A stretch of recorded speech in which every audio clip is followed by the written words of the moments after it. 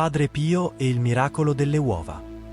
San Giovanni Rotondo è sempre stato una meta di pellegrinaggio costante e la piccola chiesa dove Padre Pio celebrava la messa era sempre gremita di fedeli, indipendentemente dalla stagione.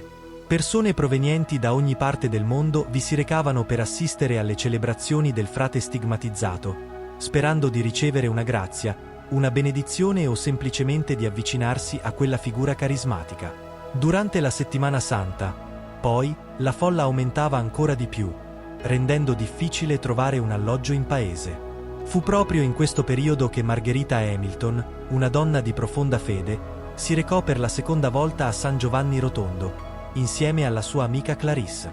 Era poco prima di Pasqua, e con grande disappunto scoprirono che l'unico hotel disponibile non aveva più stanze libere. Furono così costrette a sistemarsi in una pensione modesta, che si rivelò fin da subito un ambiente poco accogliente.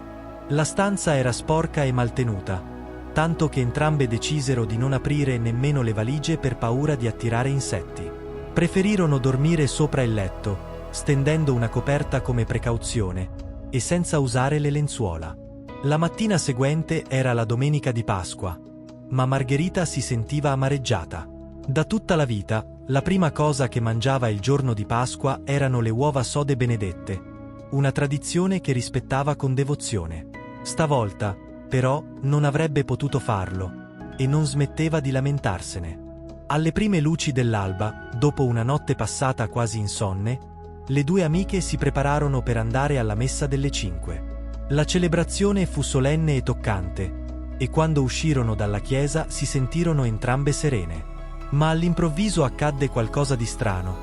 Appena tornata in albergo, Margherita, ancora avvolta nel suo cappotto pesante, avvertì una strana sensazione. Qualcosa nella sua tasca premeva contro il suo corpo. Confusa, vi infilò una mano e ne estrasse 2 uova sode.